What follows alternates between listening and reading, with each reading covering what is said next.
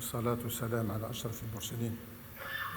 أيتها السيدات، أيها السادة، الحضور الكريم، لقد شرفني السيد رئيس الجمهورية القائد الأعلى للقوات المسلحة ووزير الدفاع الوطني السيد عبد المجيد تبون بإلقاء كلمته الآتية التي ضمنها توجيهاته حول اقتصاد المعرفة. إذن إليكم كلمة السيد رئيس الجمهورية. السيدات والسادة أعضاء الحكومة، السيدات والسادة إطارات الدولة، السيدات والسادة ممثلي الأسرة الجامعية، السيدات والسادة ممثلو منظمات أرباب العمل والشركاء الاجتماعيين، السيدات والسادة الحضور، السيدات والسادة الإعلاميين، السلام عليكم ورحمة الله تعالى وبركاته. يسرني أن أشارككم اليوم فعاليات الجلسة الوطنية حول اقتصاد المعرفة، انطلاقاً من قناعتنا الراسخة بأهمية هذه الجلسات التي جاءت لتواكب الإصلاحات المهمة التي باشرتها بلادنا على جميع الأصعدة. لقد أردنا لهذه الجلسات أن تكون فضاءً جامعاً لمختلف الفاعلين من خبراء وباحثين ومتعاملين اقتصاديين وشركاء اجتماعيين ومقاولين شباب مبتكرين ومبدعين وفق مقاربة تشاركية شاملة. أن بلادنا تواجه اليوم كما تعلمون تحديات كبرى من أجل الانتقال من اقتصاد ريعي إلى اقتصاد متنوع ومنتج للثروات، مما يتطلب قطيعة مع الأنماط الماضية بتغيير نموذج التنمية الاقتصادية بما يسمح لنا بتدارك مسار التطور الاقتصادي العالمي في القرن ال21، نموذجاً يرتكز على العنصر البشري وبما تزدخر به بلادنا من طاقات وكفاءات علمية عالية المستوى. ونحن مدركون بأن تغيير نموذج التنمية لن يكون إلا برؤية استشرافية وبإجراءات وآليات ملموسة وواقعية على المدين القصير والمتوسط، مع اغتنام فرص وجود إرادة قوية للدولة واستعداد جميع الفاعلين للانخراط في هذه الديناميكية من أجل تحقيق تحول مجتمعي شامل. أيتها السيدات، أيها السادة، لقد أصبحت التنمية في عصرنا هذا المتميز بدرجة كبيرة من الانفتاح والتنافسية تعتمد على المكاسب الناتجة عن التقدم التكنولوجي والرقمنة والإبداع بكل ما يحمله هذا المصطلح من معنى. وهنا ينبغي الإشارة بأن النجاح الكبير الذي حققته الكثير من الدول المتقدمة يعود أساساً إلى اعتمادها على اقتصاد المعرفة الذي يشكل المنهج الحقيقي الذي أصبح الهدف الاستراتيجي لكل الدول. كما أن الثورة المعرفية وما أحدثته من تغييرات تكنولوجية واقتصادية قد أفضت إلى ضرورة إعادة التفكير في أهداف التنمية الشاملة للبلدان على نحو يجعل المعرفة والسياسات المرتبطة بالابتكار في صلب هذه الاستراتيجيات. أيتها السيدات، أيها السادة، أود في هذا المقام أن أؤكد لكم بأن برنامجنا الذي نعكف جميعاً على تطبيقه قد أعد انطلاقاً من دراسة معمقة وتشخيص دقيق للواقع، وعلى أساس نظرة استشرافية وتشاور واسع مع المتعاملين الاقتصاديين والشركاء الاجتماعيين والخبراء يأخذ بعين الاعتبار ضرورة تبني الجزائر لنسق اقتصادي متطور يرتكز على المعرفة والابتكار. وقد ركزنا في برنامجنا على إعداد مخطط يضع جودة التعليم وفعاليته في قلب النظام التربوي، تشجيع تعليم المواد العلمية والتقنية والتكنولوجية وتحديثها وتكييفها مع البيئة الاقتصادية والاجتماعية للبلاد، تطوير أقطاب امتياز بالشراكة مع المؤسسات الاقتصادية بما يتماشى مع تطور العلوم والتكنولوجيات الحديثة وبما يلبي حاجيات الاقتصاد الوطني وتطوره، تعزيز البحث العلمي والتكنولوجي ودعم التعاون بين الجامعات ومراكز البحوث والمؤسسات الاقتصادية. كما ركزنا على ضرورة إعادة النظر في مقاربته التشغيل عن طريق دعم المقاولاتية وتعزيز روح المبادرة لدى الشباب، والتعجيل بمسار التحول الرقمي من أجل تعزيز الحكم الراشد وأخلاقة الحياة العامة على كل المستويات. ولا شك أن تنفيذ هذا البرنامج وفق التسلسل المنطقي دليل على أن الدولة عازمة على الانتقال إلى اقتصاد المعرفة بشكل مدروس، حيث شرعنا في تجسيده من خلال 3 محاور أساسية. أولاً، الاستثمار في رأس المال البشري، الاستثمار في رأس المال البشري، إضافة إلى تنصيب المجلس الوطني للبحث العلمي والتكنولوجيات كهيئة دستورية تهدف إلى ترقية البحث العلمي في ميادين الابتكار التكنولوجي وتقييم فعالية الآليات الوطنية لتثمين نتائج البحوث لفائدة الاقتصاد الوطني، فإن جهود الدولة من أجل النهوض بالبحث العلمي قد تواجب بوضوع نصوص قانونية نذكر منها على الخصوص: مخطط التطوير المتعدد السنوات لتنفيذ البرنامج الوطني للبحث العلمي وتطوير التكنولوجي، استكمال إعداد القانون التوجيهي للتعليم العالي الذي يهدف إلى تعزيز التثمين الاقتصادي لنشاط البحث العلمي وتطوير التكنولوجي. وقد جاء هذا الإطار القانوني والتنظيمي أيضاً ليعزز المكتسبات التي حققتها بلادنا والاستثمار فيها بشكل أمثل.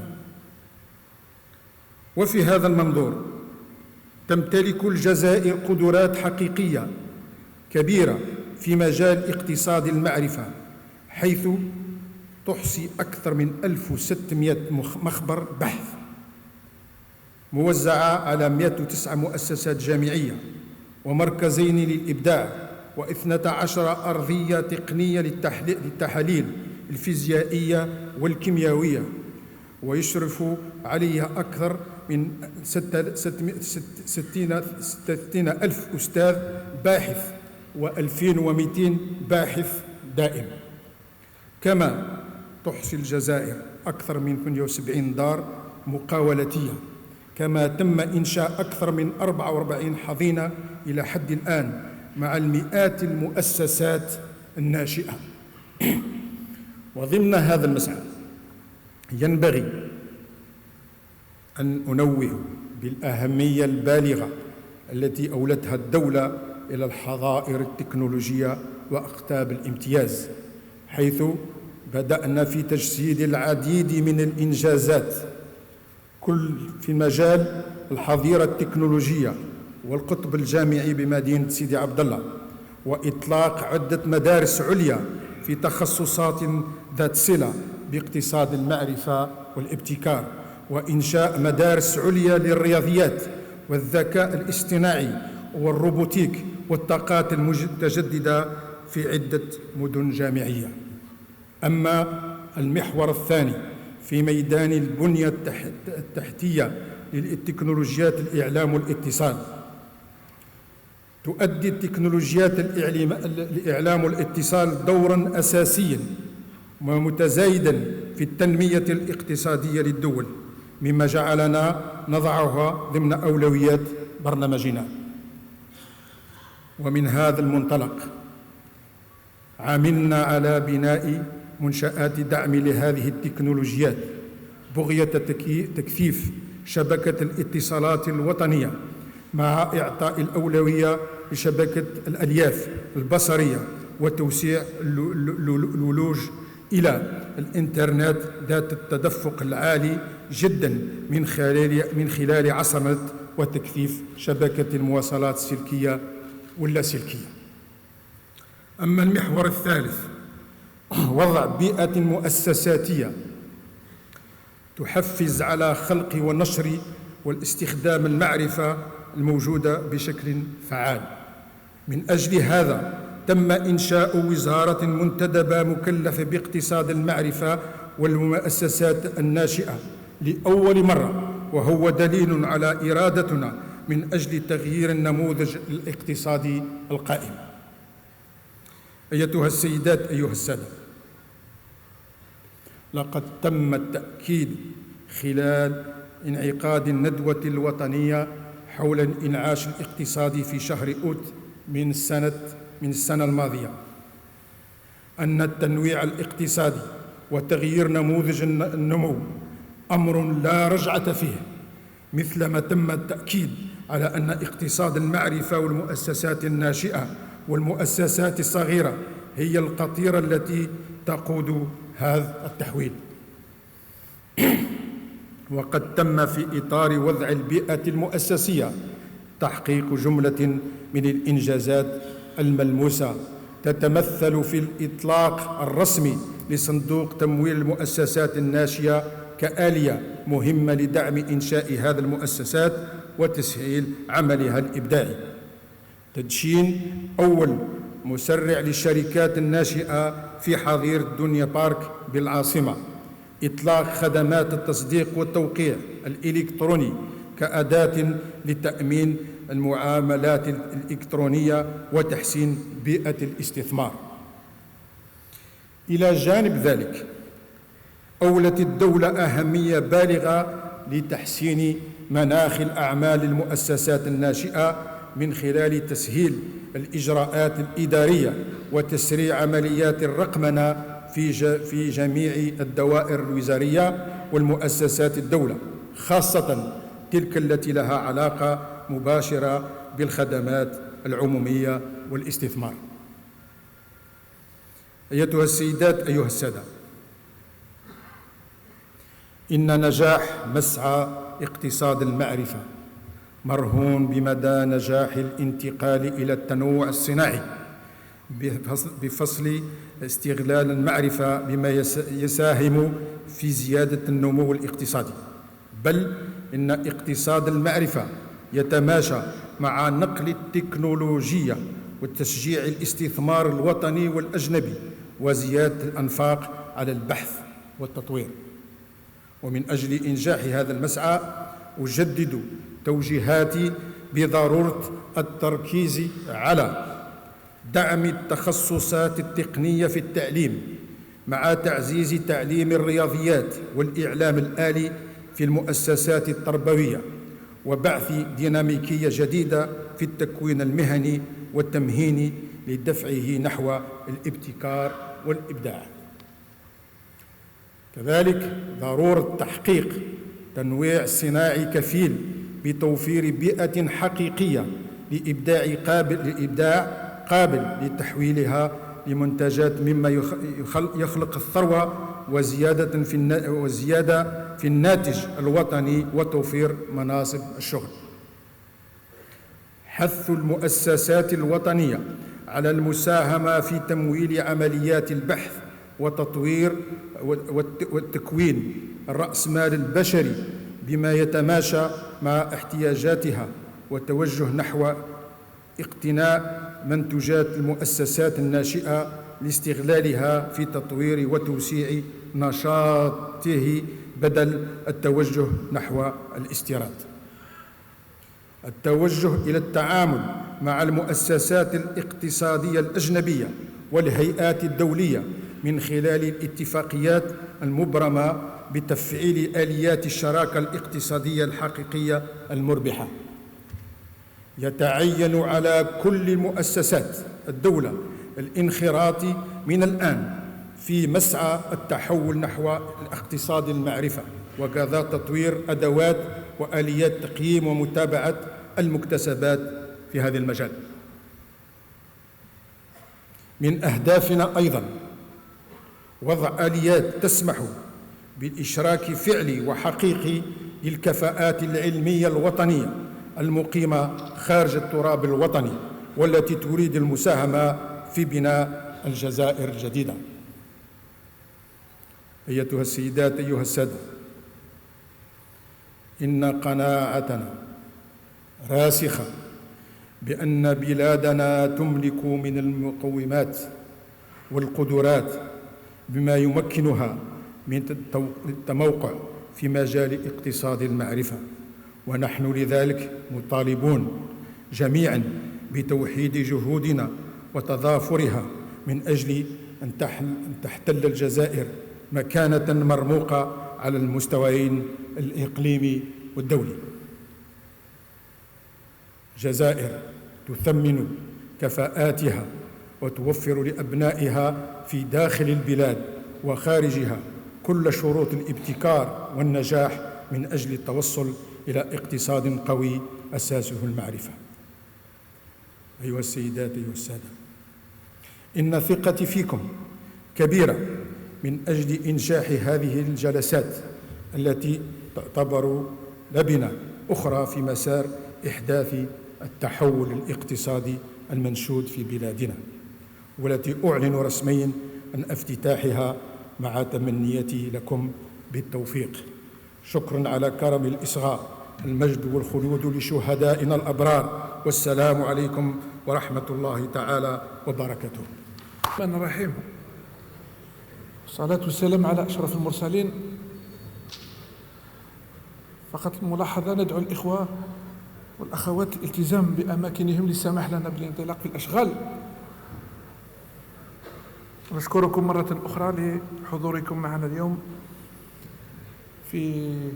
لإثراء هذه الجلسات المتعلقة بتنمية اقتصاد المعرفة في الجزائر، التي هي من فكرة الوزارة المنتدبة لاقتصاد المعرفة والمؤسسات الناشئة تحت سلطة الوزير الأول، وكذلك من تنظيم المجلس الوطني الاقتصادي والاجتماعي والبيئي، واللي اشتغل عبر الزمن منذ سنة 2004 بالتدقيق على موضوع اقتصاد المعرفة. إذن لا يمكن إضافة أمور أخرى من غير تلك التي وردت في كلمة السيد رئيس الجمهورية حول هذا المشروع طموح، والذي يرقى هدفه الرقي بالاقتصاد الوطني إلى وضع أفضل، وكذلك التكيف مع كل ما هو مستجد دولي في الميدان. فكرتنا والتي تقاسمناها مع السيد الوزير الأول والحكومة عموما هي ضرورة الانطلاق في إرساء دعائم اقتصاد معرفة حديث مبني على تنمية وظيفة البحث والتنمية في المؤسسة الاقتصادية، بالخصوص المنتجة في كافة القطاعات: صناعة، خدمات، فلاحة، وكل ما هو متعلق بالثورة التكنولوجية الحديثة. هذا من جهة. من جهة أخرى هو توفير البيئة الخصبة والملائمة لتنمية اقتصاد المعرفة في البلد، لأنه لا يخفى على أحد أنه لتنمية وظيفة معينة، وظيفة اقتصادية واجتماعية في بلد معين، لازم لنا ليكو سيستيم. المجلس الوطني الاقتصادي والاجتماعي في هذا الخصوص ومساهمته اليوم في في الجلسات تتمحور حول توفير هذا الإيكو سيستم اللي هو عندنا دائما بذوره الحقيقية اللي هي المادة رأس المال البشري والذكاء الوطني، وكذلك كل ما هو باتريمون ناسيونال en termes d'équipement, d'outils إلى آخره، d'instruments. وكذلك تعرفوا أن أي اقتصاد يحكموه عاملين أساسيين، هو رأس المال والتكنولوجيا، ولا يخفى على أحد أنهم هما المحددين الرئيسيين إن لم أقل حاسمين في عملية بناء هذه المنظومة. إذن بدون إطالة نسمح فقط لغرض تنظيمي. عندنا دو بلينيير، أستاذ معروف جزائري أستاذ جفلاط راح يقوم بمداخلة حول تنمية هكذا شبكات للإبداع والابتكار، وكذلك تنمية وظيفة البحث والتنمية في الجزائر. معروف أكثر من 20 سنة خبرة في الميدان، في الشبكات الدولية، في الشبكات عبر البحر الأبيض المتوسط. وكذلك لا ننسى دعم مختلف الخبراء للمجلس الوطني الاقتصادي والاجتماعي دعاهم اليوم.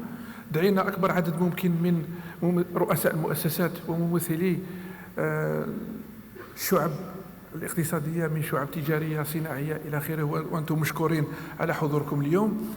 يبقى دائما هذا اليوم ويوم غد أيضا يبقى فضاء للتشاور والحوار حول ورقة طريق. احنا نطلب منا أن نخرج اليوم من خلال هذه الجلسات بورقة طريق حقيقية لتنمية اقتصاد المعرفة بدون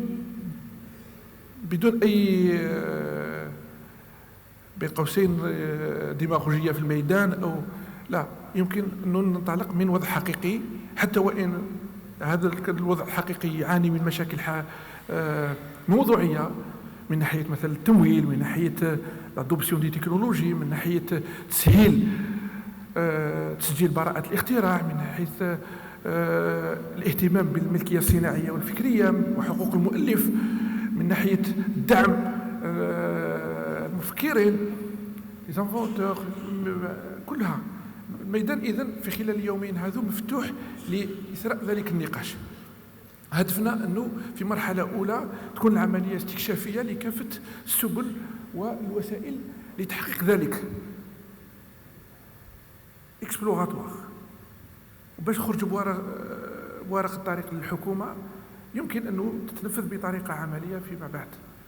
احنا قدمنا من خلال المجلس عدة توصيات حقيقية تخص العمل ما بين القطاعات، لأنه المشكل اللي يطرح دائما هو الانترسيكتورياليتي ولا ترانسفيرساليتي دي دوسي. لي دوسي معروفين، اقتصاد المعرفة هو ملف ترانسفيرسال عرضي يخص كافة هيئات الدولة بما فيها الإدارة المركزية الممثلة في الوزارات، الجماعات المحلية، الهيئات العمومية، الهيئات الخاصة، وأنه القطاع الخاص اللي دائما ندافع عليه إن لم أقل بشراسة هو الدعامة الحقيقية لتنمية اقتصاد المعرفة.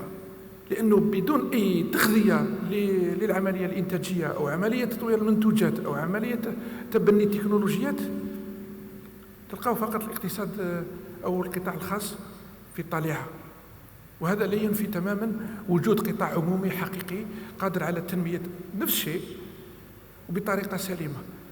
احنا هدفنا أنه القطاعين يشتغلوا بتناغم وكذلك تلاحمين كبيرين في ميدان تنمية هذه الوظائف وتغذيتها، وكذلك الدولة سوف تقوم حقيقة بتسهيل التحفيزات، يكون فيها ريجيم انسيتاتيف لتنمية اقتصاد المعرفة في البلد، وأنه على كافة المتدخلين الاقتصاديين خصوصا على الأقل ولوج هذا الميدان، وكذلك العمل على تطويره عن طريق مثلا تخصيص نسب من رقم الأعمال في وظيفة البحث والتنمية وتطوير المنتجات. على الأقل هذه هي في العالم تمشي بهذه الطريقة. الاقتصاد ما هو إلا تكنولوجيا ورأس مال. إذن احنا رانا معكم في هذا الإطار نشتغلوا يد في يد ومن خلال التوصيات اللي راح تخرج بها الجلسات يمكن إعداد من بعد ورق طريق حقيقية ودي مود اوبيغاتوار بوغ لي سيكتور. وهذا ميدان يستدعي في الأصل وقت طويل، لكن لازم نبدأ العملية في أقرب وقت. عندنا كافة الكفاءات، عندنا كافة الموارد، عندنا un système de recherche, un système national de développement, un écosystème pour l'innovation، واستغلوا كفاءتنا. إذا السادة الوزراء مشكورين أيضا على الحضور تاعهم، معروفين بقدرتهم وأيضا باتجاههم نحو تنمية كل ما الأفكار التي نطرحها على مستوى التفكير في السياسات العمومية الكبرى، كالبحث العلمي وتطوير التكنولوجي، كتحسين أداء النظام التربوي، كتحسين أيضا نظام التشغيل وكذلك التكوين المهني والتمهين لدى المؤسسات إلى آخره. إذن كل هذه القطاعات متماسكة فيما بينها، وأن الاستراتيجيات لازم تخرج في هذا الإطار. ما نزيدش الإطالة عليكم، نطول عليكم أكثر. إذا نتمنى لكافة المدعوين والمشاركين، خاصة الخبراء اللي راح يشتغلوا على مستوى الورشات المتعلقة بمختلف المواضيع اللي حددناها في هذا الإطار، يشتغلوا بأريحية وكذلك بطريقة استكشافية، يعطونا كل ما يدور حول الموضوع بتلقائية، لأنه les premières impressions هما qui sont déterminantes. كل واحد يعطينا بغض النظر على كل ما هو مشاكل في الواقع.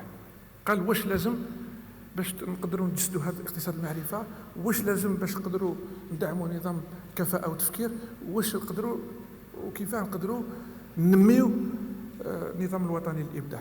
شكرا لكم، بارك الله فيكم، وأتمنى لكم النجاح في اليومين الدراسيين.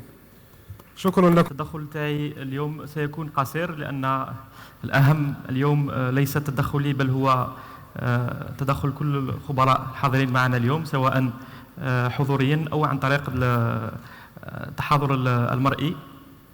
أردت أن أبدأ مداخلتي القصيرة هذه بمقولة للكاتب الأمريكي بيتر شوارتز، الذي يقول أن knowledge is the only kind of wealth that multiplies when you give it away. المعرفة هي الشيء الوحيد في العالم الذي يزداد لما نتقاسمه، والهدف حقيقة من الجلسات الوطنية لاقتصاد المعرفة هو أن نتقاسم المعرفة اليوم. ثم أردت أن أبدأ ربما المداخلة بصورة لهاتف دون ذكر علامة الهاتف، هاتف نقال الجيل الجديد، وكل المواد الأولية التي نستعملها لصناعة مثل هذه الهواتف الذكية. فهناك على سبيل المثال حديد، نحاس إلى آخره. إجمالي كل الموارد الأولية التي تدخل في صناعة هاتف ذكي اليوم سعرها لا يتجاوز 1.02 دولار. أما الهاتف فسعره حوالي 800 دولار. هناك فرق بين الهاتف لما يسوق وبين المواد الأولية التي تدخل في تركيبه، وال 799 دولار التي تشكل هذا الفرق هي المعرفة. المعرفة هي التي اليوم تميز هذا الاقتصاد، هذا النمط الاقتصادي الجديد في العالم، الذي يعتمد على عكس الماضي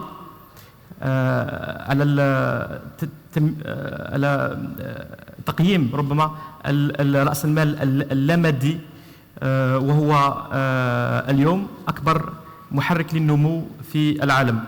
ولكي نبقى ربما في هذا الهاتف المصنع في بلد غير بلد الأم للشركة، هناك جزائريين ساهموا في أن تصبح التكنولوجيا بهذا المستوى. على سبيل المثال الفيزيائي الكبير الجزائري بالقاسم حبة، الذي بفضل براعة اختراعه أصبحت كاميرات الهواتف الذكية أصغر. واليوم تساهم براءة اختراع الفيزيائي بالقاسم حبة في صنع كل الهواتف الذكية المصنعة في العالم. فهذا نموذج أردت أن أبدأ به مداخلتي لربما أن ندرك أهمية اقتصاد المعرفة في الاقتصاد العالمي الحالي. بعض المعطيات أو الأرقام فيما يخص السياق السائد لاقتصاد المعرفة في الجزائر. أين نحن اليوم وأين نريد أن نذهب؟ في المؤشر العالمي لاقتصاد المعرفة Knowledge Innovation Index وفي عدده الأخير لسنة 2012 الجزائر احتلت المرتبة ال95 في العالم. في السنة الماضية الجلوبال انوفيشن اندكس اللي هو أهم ربما مؤشر للابتكار في العالم، الجزائر احتلت المرتبة ال121 في العالم. لما نتكلم أيضا عن البحث والتطوير، نفقات الجزائر فيما يخص البحث والتطوير تبقى ربما ليست بمستوى الكفاءات العالية التي تمتلكها طاقاتنا خاصة في الجامعة الجزائرية، والتي نفقات البحث والتطوير في الجزائر لا تتعدى 0.1%، في حين في بعض الدول تصل إلى 3%.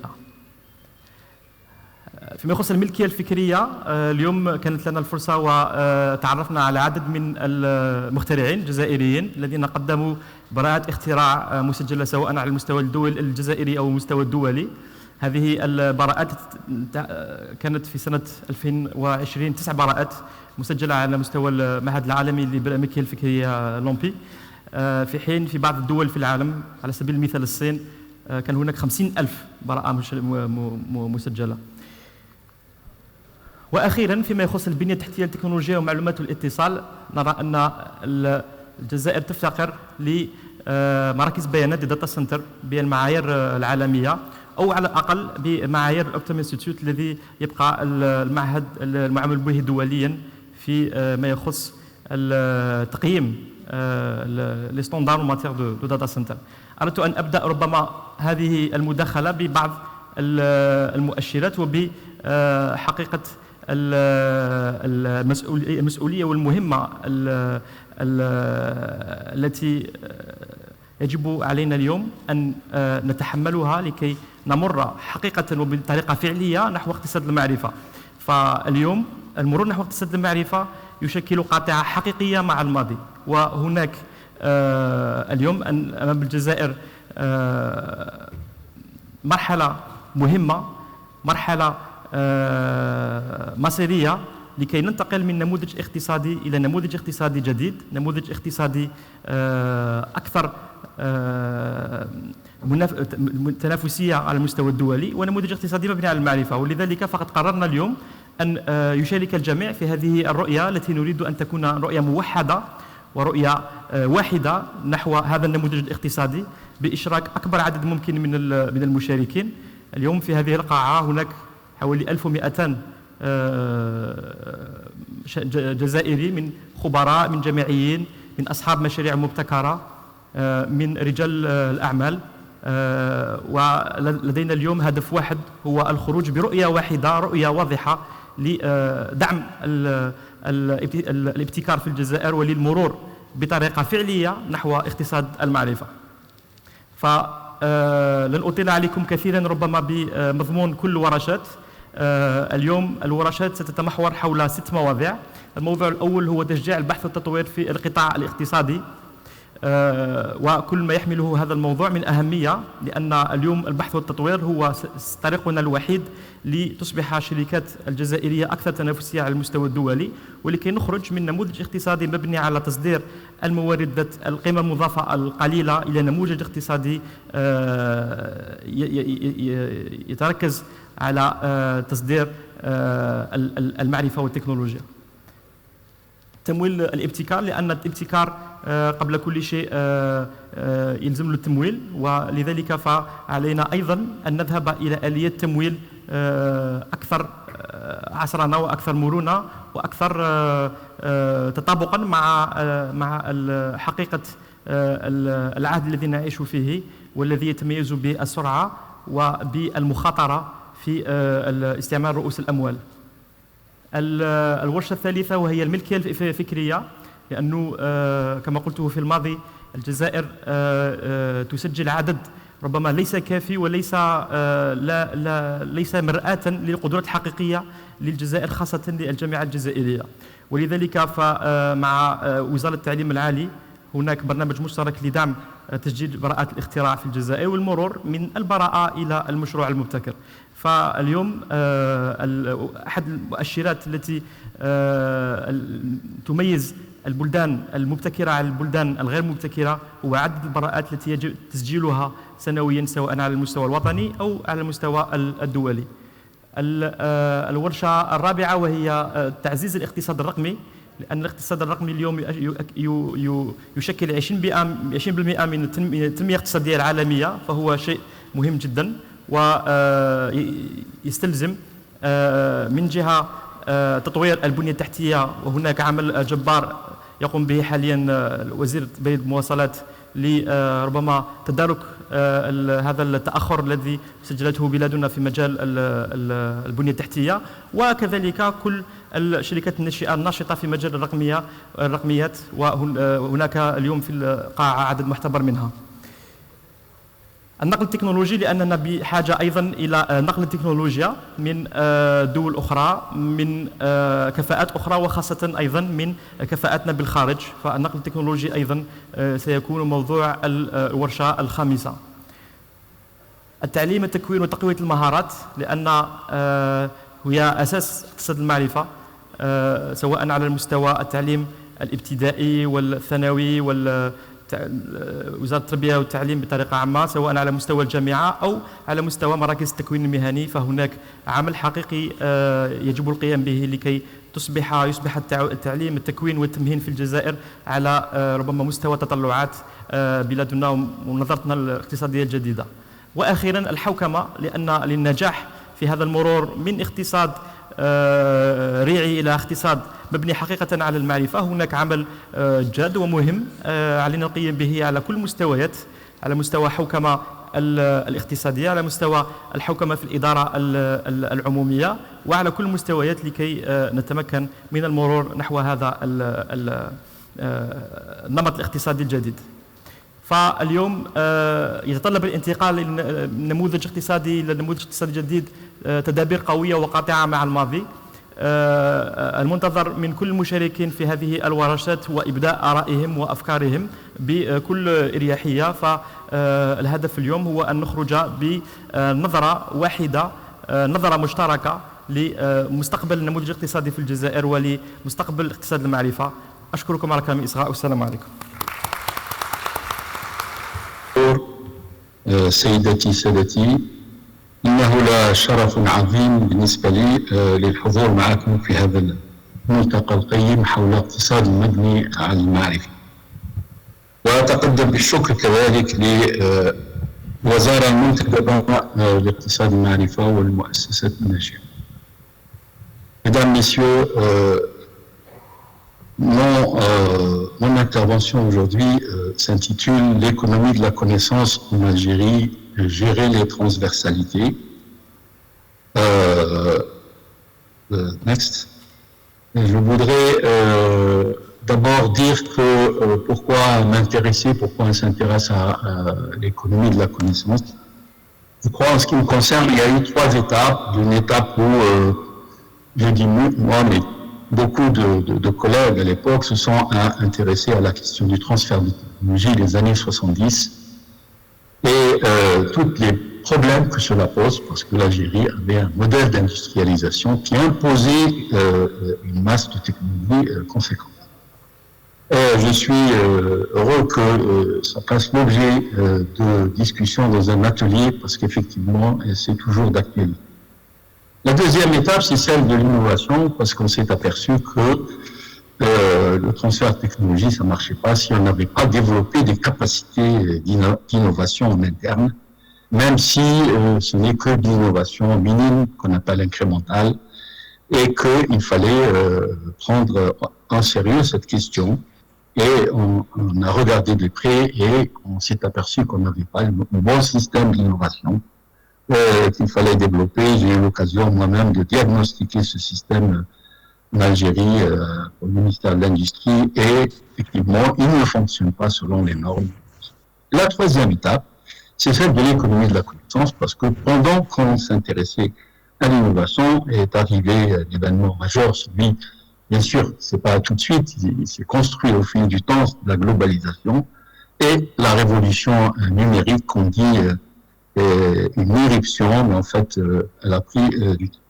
Et c'est ça, en fait, qui a été le déclencheur, à mon avis, bien sûr, les analyses diffèrent, de l'ère de l'économie de la connaissance. Next. Et s'intéresser à l'économie de la connaissance, c'est pas quelque chose qui nous est étrangère ni méconnu. Nous sommes, par le biais de notre religion, les fondements de l'islam, qui nous exhortent à la quête de la connaissance, et puis aussi tous les apports de la civilisation musulmane à la connaissance universelle. Et il y a une image sur cet ouvrage soumis pour votre serviteur commis sur l'économie de la connaissance en Algérie, où on montre bien tous les savants en train de réfléchir à la connaissance. Je vous permettrai de porter à un certain moment deux casquettes, celle qui est mon corps de métier, qui est celui de chercheur universitaire, bien sûr, analyste de ce qui se passe dans la réalité, mais la deuxième d'acteur, puisqu'effectivement, ça a été annoncé par monsieur le président du CNES, je salue, que j'ai été sollicité pour faire un travail pour le CNES sur cette question, pratiquement depuis 2002 jusqu'à 2008. Donc, next. Vas-y, next, s'il vous plaît. Alors, l'économie de la connaissance, c'est pas pour faire un travail académique, simplement deux mots. C'est un concept qui est bien établi dans la connaissance chez les économistes. Vous voyez à gauche tout un tas de noms qui se sont intéressés à ce principe, ce concept, ce paradigme, et l'ont fouillé. Donc, depuis plusieurs décennies maintenant, on est en train de construire progressivement cette compréhension de ce que c'est que cette économie de la connaissance. Il y a certains prix Nobel là, qui figurent dans ceux qui y ont contribué. Et bien sûr, c'est aussi un concept qui a été, s'est bien établi parce qu'il a été porté par les organisations internationales qui l'ont poussé, le PNUD en 2002-2003 lorsqu'il y a eu le premier rapport, l'Union européenne qui en avait fait un objectif pour devenir l'une des économies de la connaissance à l'horizon 2010, la première économie de la connaissance au monde, la Banque mondiale avec la connaissance pour le développement, l'OCDE, etc. Next. Oui. Et donc, tout ça pour dire que si on a aujourd'hui une compréhension de un peu plus élaborée de ce concept, c'est pas pour autant qu'on le maîtrise totalement. Il y a encore beaucoup de questions dans l'application sur le terrain, mais globalement, je pense qu'il y a beaucoup de pays qui l'ont appliqué pour dire qu'il y a beaucoup d'économies qui l'ont appliqué avec beaucoup de succès. Suivant. C'est aussi le résultat, comme je disais, là je vais être très rapide, un virage important à la fin des années 90, début des années 2000, où on a vu la montée vertigineuse des travailleurs du savoir, qui est passé de 15% de la masse des travailleurs à 28% en 2000, et prévu d'atteindre 60% en 2020. Et on y est pratiquement, puisqu'il y a certains pays qui ne sont pas loin de ces pourcentages. Une forte croissance de l'investissement dans le TIC à peu près 6-7%, une explosion des petites et moyennes entreprises innovantes, 60 à 80%, parce que l'innovation, c'est pas un luxe, c'est aussi un mode de survie. Innover ou disparaître à quelqu'un. C'est aussi l'augmentation rapide des investissements dans la connaissance globale, 4,7% du PIB en 1998, et l'explosion des demandes de brevets et la R&D, avec une hausse de 32% des brevets en seulement une période de cette année de 1991 à 1998. Donc, la globalisation a amené aussi des mutations dans les modes de concurrence. La concurrence, maintenant, est portée par l'innovation, mais pas l'innovation de temps en temps, quand on peut. C'est l'innovation en continu. C'est ça la nouvelle règle, et c'est ça aussi l'économie de la connaissance, c'est cette économie qui permet d'innover en continu si on veut rester sur le marché mondial et veut évidemment gagner des parts. Alors, ça a été dit, donc je ne fais pas ça. La connaissance a une valeur ajoutée. L'exemple du téléphone a déjà été donné. Je dirais aussi une tonne de minerai, si en l'état elle est vendue à un certain prix, si vous la transformez en pièce de moteur du véhicule, son prix est multiplié par 100 fois. Si on la transforme en pièce de moteur d'avion, elle est multipliée par 1000 fois. On a simplement, on schématise bien sûr, appliqué plus de connaissances de plus en plus sophistiquées, que ce soit des connaissances, comment on dit, incrustées, cristallisées dans des équipements sophistiqués, ou bien de la connaissance portée par les ingénieurs et les technoporteurs. Donc c'est un véritable facteur de production, c'est ça le changement qui s'est opéré. Next. Donc la ressource connaissance, on crée de la valeur et de la richesse avec un moindre coût d'investissement et forte valeur ajoutée. C'est aussi une ressource inépuisable et renouvelable, à l'inverse des ressources naturelles, d'où l'intérêt des pays dépourvus de ressources ou en crise de ressources à mobiliser au maximum la connaissance. On dira, c'est le nouveau pétrole, pour ainsi dire. Next. Eh bien, partant de là, je me propose de traiter la question sous forme de, à partir des transversalités, je l'expliquerai par la suite. Pour moi, l'économie de la connaissance, c'est gérer 4 formes de transversalité. La première, c'est la transversalité gisement de connaissances secteur. La deuxième transversalité, c'est la connaissance pour la compétitivité et pilier. La troisième transversalité, la connaissance pour les ODD, les objectifs de développement durable et le post-carbone. Et la quatrième transversalité, ce sont les nouvelles formes de gouvernance et les acteurs de la connaissance. Alors, la première transversalité, secteur, next. Il faut d'abord revenir vers le concept de connaissance, simplement le comprendre un peu plus. La connaissance, elle a des attributs spécifiques à gauche. Eh bien, elle peut être un caractère, elle peut revêtir le caractère d'un bien public. Par exemple, une bibliothèque, eh bien, une bibliothèque, c'est de la connaissance, mais qui est mise à la disposition. Et plus les gens la fréquentent, plus ils développent leurs connaissances, plus ils développent leurs compétences.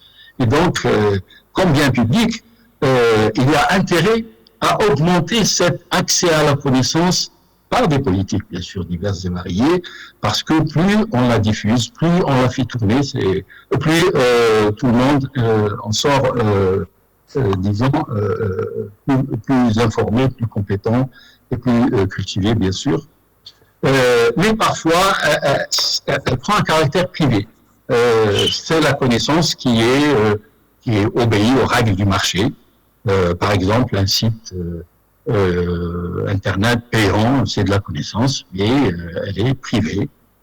Ou bien un brevet, c'est aussi de la connaissance, mais qui est payante. Et je suis heureux qu'un atelier puisse aborder cette question de la connaissance privée parce qu'elle est importante. Et il faut dire que quand il s'agit de brevets, il faut non seulement réaliser qu'elle s'achète et qu'elle se vende, mais aussi qu'elle nécessite de la protection. Parce que si on ne protège pas cette connaissance, ça ne va pas inciter les producteurs de connaissances à continuer leur activité. Et on sait bien que c'est un gros problème avec tout ce qui est le piratage et bien sûr tout ce qui relève aussi de cet accès non autorisé à la France.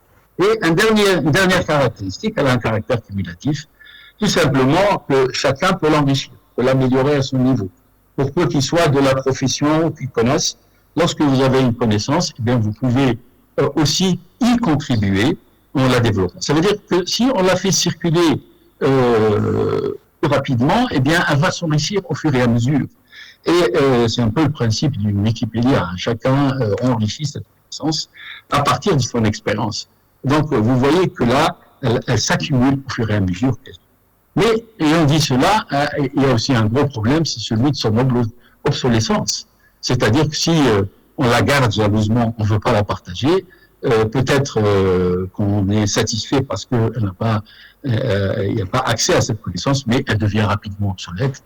Et nos connaissances, à nous tous, quelles que soient nos activités, sont sujettes à ce facteur obsolescence, d'où l'intérêt de se renouveler en permanence, quelles que soient nos activités, et l'intérêt de faire ce qu'on appelle le long life learning, parce que c'est le seul moyen de rester avec une connaissance qui a une valeur à la fois en tant que bien public d'ailleurs, ou en tant que bien privé. Et à droite, eh bien, il y a deux formes de connaissances qu'il faut comprendre. Il y a la connaissance que l'on acquiert sur les bancs de l'école, hein, par les cours, école et université, bien sûr, les ouvrages, etc. C'est de la connaissance explicite, mais aussi sur le milieu du travail. C'est dans les supports, dans les rapports, dans les guides, etc. Cette connaissance, elle est importante pour des raisons, parce que ça masse, qui est quand même négligeable, mais c'est aussi parce qu'on peut facilement la diffuser. Et je vous disais tout à l'heure, plus elle est diffusée, plus elle crée de la richesse. Mais il y a une autre forme de connaissance que les gens ne connaissent peut-être pas ou à laquelle ils ne font pas attention, c'est cette connaissance tacite. C'est quoi? En fait, c'est la connaissance qu'on développe lorsque on est dans son milieu de travail, c'est l'expérience acquise, c'est le tour de main, c'est tout ce qui nous permet d'être efficace, plus efficace, je veux dire, avec l'apprentissage à la tâche.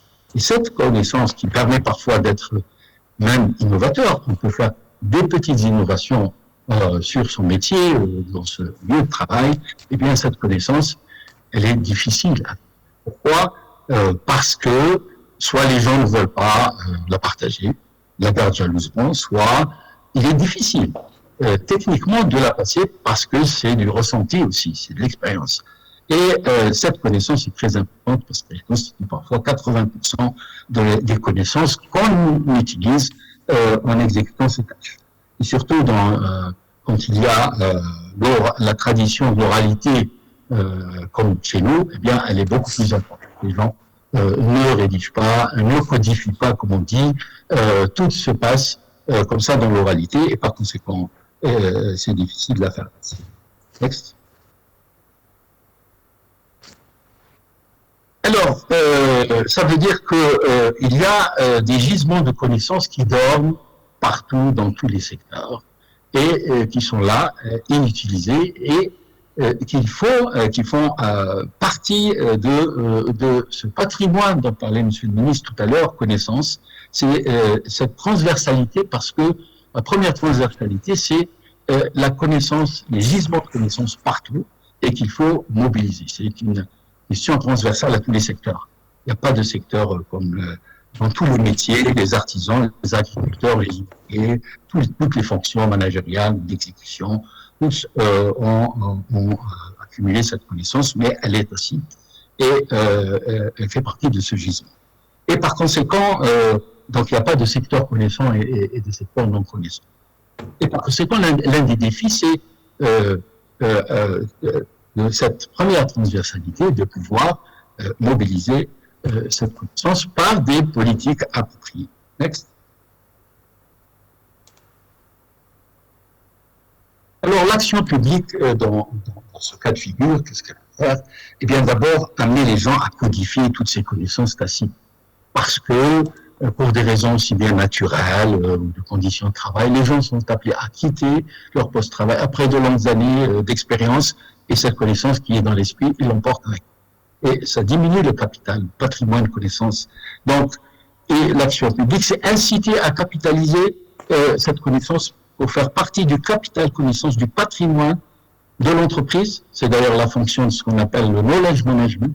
L'une des fonctions du knowledge management, c'est de la gestion de la connaissance, c'est de capitaliser en permanence cette connaissance qui est acquise sur le terrain, dans les organisations, dans les secteurs, pour faciliter, comme je disais, la transmission, le transfert, la fructification, donc capitaliser et puis diffuser aussi. Et la deuxième action, c'est identifier et mobiliser les gisements de connaissances là où ils sont, parce que parfois on ne sait pas où cette connaissance existe, donc il faut faire un travail, à mon sens, systématique, de voir pour capter ces gisements de connaissances, parce que c'est pour les partager, les mutualiser, et on peut aussi trouver que les connaissances accumulées par un secteur sont utiles à d'autres secteurs, d'autres au pluriel, et qu'on brise cette situation d'enclave où il y a des gens qui ont toute la connaissance, mais dans un désert où les gens sont en déficit de connaissances. Donc, cette diffusion des gisements de connaissances est en soi créatrice de richesse. Cela permet des gains de productivité, d'optimiser les ressources, des gains de temps, d'argent. Et d'ailleurs, les Japonais l'ont institué dans le principe du coopétition, c'est-à-dire qu'il faut coopérer quand on a de la connaissance avec le reste, même avec ses concurrents. Jusqu'à un certain niveau, il faut partager les connaissances. Après, bien sûr, il y a les règles du marché. Donc, ça, c'est un des premiers éléments. Comment, à mon sens, des pistes pour gérer cette première, prendre en charge cette première transversalité. Et pour ça, il faut utiliser des moyens matériels, bien sûr, rémunérés, etc., et immatériels, les prix et tout ce qui va avec. Mais surtout, parce que, comme je vous disais, c'est une question aussi qui est un peu de connaissance dans la tête des gens. Il faut bâtir des liens de confiance. Ça aussi, ça demande qu'il y ait une politique pour bâtir ces liens de telle sorte à ce que les gens puissent, qu'ils soient dans le secteur public ou dans le secteur privé, participer à cette quête, à ce projet de constitution du capital connaissance nationale. Next. Deuxième forme de transversalité, je vais rapidement parce que j'ai l'œil sur l'heure, c'est la transversalité pilier ou la transversalité de l'économie de la connaissance pour la compétitivité. Il faut savoir que pour chaque objectif, on a des formes de connaissances indiquées. Ça veut dire l'économie de la connaissance, c'est aussi l'économie des connaissances, bien sûr, ou des types de connaissances. Alors là, très rapidement, je n'aurai pas le temps de le montrer, les calculs ont montré, les études ont montré que lorsqu'un pays a une optique connaissance, lorsqu'il investit dans la formation, dans l'excellence, lorsqu'il investit dans la recherche et le développement, il peut facilement dépasser un autre pays qui, lui, n'a pas eu cette politique. Et nous avons ici devant nous, à droite, le cas de la Corée du Sud et du Mexique, où la Corée du Sud a dépassé, alors qu'elle avait un revenu par tête par habitant qui était 2 fois inférieur. Vers les années 85, la Corée du Sud dépasse le Mexique et elle a maintenant un revenu beaucoup plus important. Lorsqu'on fait des analyses fines, on s'aperçoit que la Corée du Sud a investi massivement, c'est des chiffres très importants, et qui a permis d'augmenter ce qu'on appelle, ça c'est pour les économistes, les techniciens, la productivité totale des facteurs, parce que c'est ça le facteur clé de la compétitivité. Si on veut être concurrentiel sur le marché mondial, il faut veiller à ce que ce facteur-là soit positif. Or, lorsqu'on voit les deux, eh bien, pour la Corée du Sud, ce taux de croissance, il a augmenté. Pour le Mexique, il a été légèrement augmenté et puis souvent négatif. Et c'est ça qui a fait que là, a augmenté cette courbe qui a dépassé l'âge l'autre. Next. On passe dessus, ça simplement pour confirmer qu'il y a un lien entre la connaissance et la compétitivité. Ces courbes ici le montrent. Eh bien, l'économie de la connaissance, pour la croissance et la compétitivité, qu'est-ce qu'elle va permettre? Lorsqu'on la mobilise, eh bien, elle permet la diversification vers des activités à haute intensité en connaissance. En connaissance, les biotechnologies, l'aérospatiale, l'aéronautique, ça a été dit tout à l'heure, des exemples qui ont été cités. Elle permet d'exporter des produits et services plus facilement, bien entendu. Elle permet de construire des avantages concurrentiels sur des marchés étrangers à base de connaissances, bien sûr, et de pénétrer comme on dit, des chaînes de valeur globalisées, parce que je pense que maintenant c'est la règle. Si on veut être un acteur de ces chaînes de valeur, il faut avoir des produits et services innovants à haute intensité. On ne peut pas entrer avec des connaissances traditionnelles si on n'a pas fait une stratégie de développer ses compétences, ses connaissances, et ça devient pratiquement, disons, une barrière d'entrée où on n'y est pas, mais c'est jouable. Beaucoup de pays dans l'Asie du Sud-Est ont pénétré des chaînes de valeur qui étaient autrefois absolument imprenables, tout simplement en gérant cette connaissance d'une manière correcte. Et bien sûr, c'est aussi un moyen d'attirer les IDE dans des secteurs à haute intensité. Next. Alors, ce que nous dit la théorie, ça a été dit, l'économie de la connaissance, il y a beaucoup de propositions hein, dans celle-ci, parce que c'est celle qui semble avoir le plus attiré le monde, aussi bien de chercheurs que de décideurs. C'est ce modèle qui repose sur les 4 piliers. Une économie de la connaissance, c'est celle qui permet d'innover en continu, c'est-à-dire mettre à disposition des produits et services performants et compétitifs. C'est le premier pilier. C'est celle qui permet l'usage intensif des TIC, à la fois dans la sphère de la production et dans la sphère de l'usage. Le deuxième pilier, c'est celle qui permet de disposer de ressources humaines bien formées, compétentes, créatives, entrepreneuriales, et c'est là aussi toute la base des startups. Les startups sortent, les gens qui sortent avec ce background vont certainement, probablement aller vers la création de startups beaucoup plus facilement que ceux qui n'ont pas. C'est le troisième pilier. Et le quatrième pilier, ça a été dit, c'est ce régime économique et institutionnel qui gouverne tout ce processus, c'est-à-dire ce cadre ainsi où ça a été dit, cet écosystème. Donc, c'est les 4 piliers qui doivent fonctionner pour qu'on puisse dire on est dans l'économie de la connaissance, bien sûr, à partir de cette optique. Et on a produit un indice, monsieur le ministre a tout à l'heure évoqué l'indice d'économie de la connaissance du pays et nous a donné quelques chiffres. Next. Alors, voilà, c'est la représentation généralement de ces piliers. Vous voyez que j'ai mis en exergue, en avant la formation et les ressources humaines, parce que au cœur de l'économie de la connaissance, c'est l'homme. Si on réussit l'homme, on a réussi l'économie de la connaissance. Si on le rate, on a raté l'économie de la connaissance. C'est pas en apportant en augmentant des TIC d'une manière illimitée.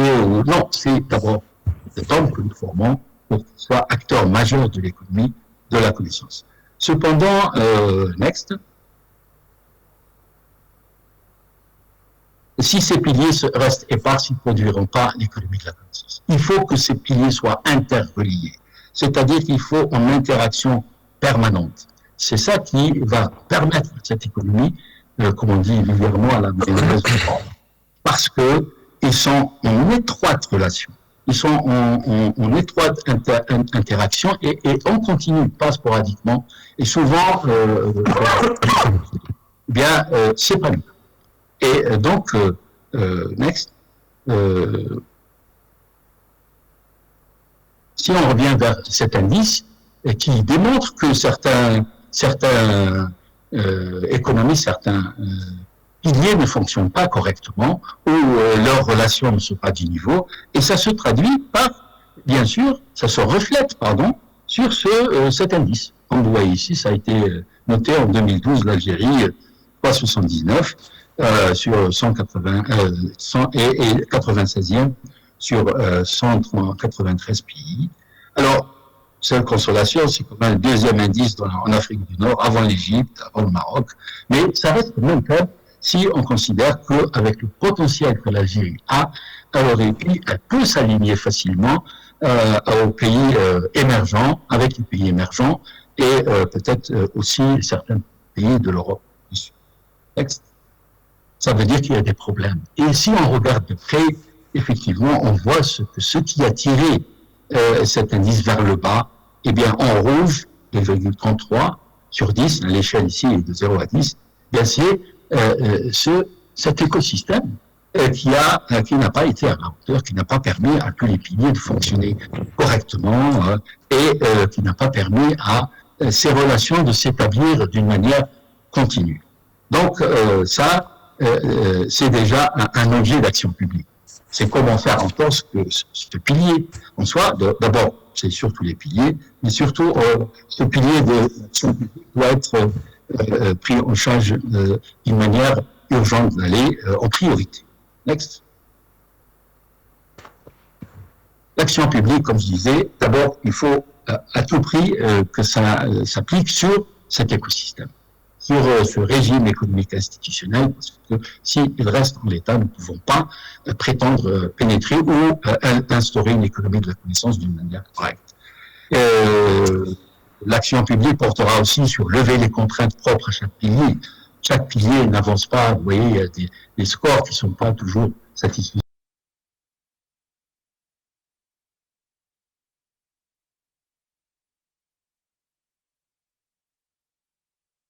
Développement durable, c'est un impératif pour soi qu'on ne peut pas non plus éviter. Et pour ce faire, eh bien, on a produit un autre indice qui s'appelle le Global Index, c'est-à-dire l'indice global, l'économie de la connaissance, et qui lie à une différente configuration. Ça prouve aussi que le pilier a le modèle académique est flexible, aussi adapté. Je reviendrai par la suite sur cet aspect. Et donc, cette approche mobilise 7, 4. Et comme vous voyez, l'Algérie est dernier du classement du MINA, sauf erreur de retard, et classé 104 liens sur les 138 pays, avec un coefficient de 37,1. Donc, il y a encore beaucoup à améliorer et pour aussi atteindre les objectifs de développement durable. Donc, l'économie de la connaissance intensément mobilisée pour accélérer ce processus de développement durable. Alors, juste au passage, cet indice et ces piliers intègrent 3 niveaux de formation, formation préuniversitaire, formation professionnelle, qui est un aspect réellement bousculé par l'avènement de la connaissance, le nombre d'emplois qui collèguent, l'intrusion du digital, chose, et c'est pour ça qu'il est très important aussi de mettre l'accent sur ça, mais aussi dans l'enseignement supérieur, l'innovation, l'électricité et l'économie à deux niveaux. Et là, on retrouve à peu près ce qu'on a vu tout à l'heure. Alors, l'action publique, eh bien, c'est lever tous les obstacles, casser les verrous pour que la recherche et développement et l'innovation pour les sociétés se libèrent.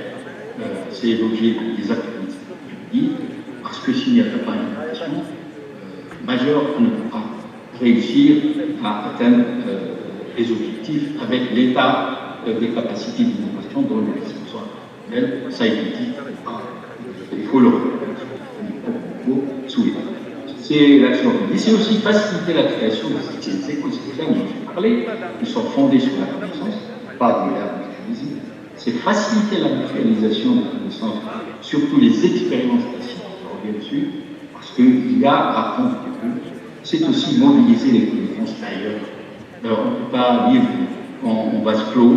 Nous sommes dans un monde globalisé où la connaissance est aussi globalisée. Il faut réaliser, il faut la chercher partout, il faut la diaspora. Et là, je dirais que la diaspora est partout, comme vous le savez, et a des compétences et des capacités à pouvoir participer d'une manière efficace. Et souvent, je dis dans mes interventions que les frontières de la connaissance de l'Algérie dépassent les frontières géographiques, parce qu'ils passent par tous les pôles où il y a concentration de connaissances par le biais de compétences algériennes, mais c'est aussi la coopération. On peut gagner beaucoup à ça a été dit ici plusieurs fois, et aussi l'investissement. C'est ce troisième pilier géré et piloté d'une manière efficace, bien sûr, je dirais pas. Le repère, c'est beaucoup plus complet, plus complexe que ça, et simplement ouvrir une piste de réflexion qui puisse, je l'espère, être possible.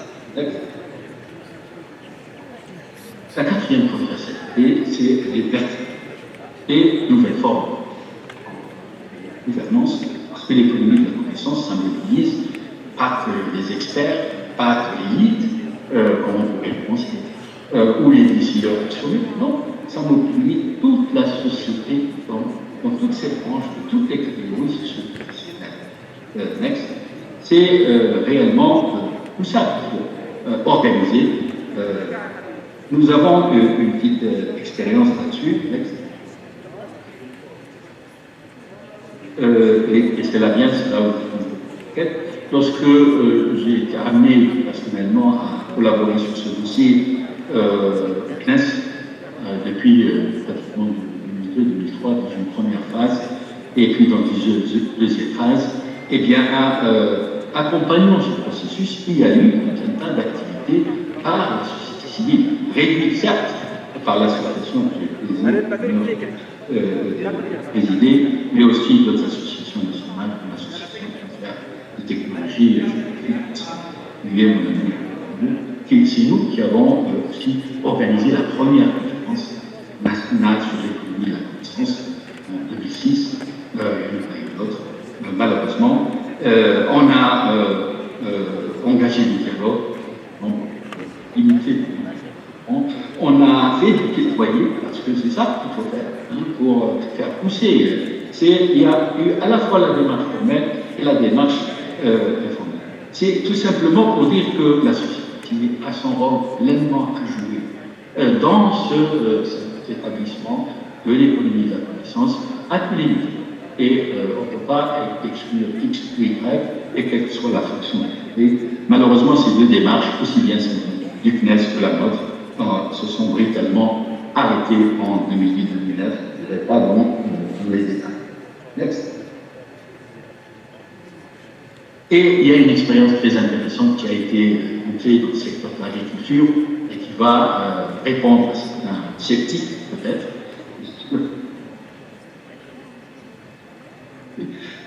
C'est l'application de l'économie de la connaissance. Alors, pas dans un secteur de pointe, comme on pourrait penser, pas dans les lycées, mais dans un secteur où on ne pourrait pas, il ne viendrait pas immédiatement à l'esprit le secteur de développement agricole et rural, par ce fameux programme du renouveau agricole et rural. Et là, lorsqu'on a examiné, je lui ai étudié cette expérience, voire même publié quelque chose là-dessus, et un ouvrage aussi, eh bien, je profite pour saluer M. un des artisans de cette démarche. Lorsqu'on regarde cette démarche, il y a l'application presque un cas d'école de ce schéma qu'on a vu à Paris dans le développement du secteur. Il y a eu de l'innovation, de nouveau d'organisation, il y a eu de l'intégration du lycée pour mettre en place un système décisionnel tout à fait dynamique, et l'utilisation, il y a aider à la décision, il y a eu la formation. Mais surtout, et là c'est pour revenir à mon sujet, c'est qu'il y a eu une bonne gouvernance qui a permis d'organiser le top-down et le bottom-up, du sommet vers le centre et organiser cette proximité, parce que c'est la proximité qui construit la confiance. Et rapidement, on me signale que j'ai dépassé, mais j'arrive. Ne vous inquiétez pas. Next. D'accord. Alors, l'action publique, c'est gérer ces quatre transversalités, à mon sens. Et, next. et aussi les objectifs stratégiques, c'est-à-dire développer la vision intégrée. Tous les pays qui ont réussi leur projet économique de la connaissance sont inscrits dans un projet la Malaisie, le Sud, l'Inde. Donc ça, c'est une vision qui reste développée et bien sûr les experts, les politiques, tout le monde doit participer à construire cette vision.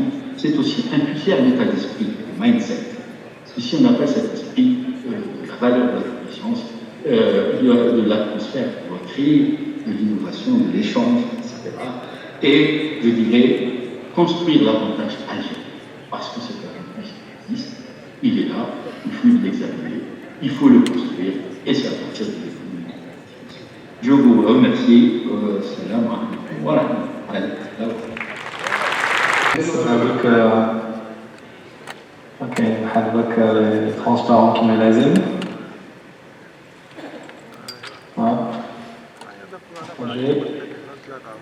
نرحب بكم من جديد والكلمة لكم.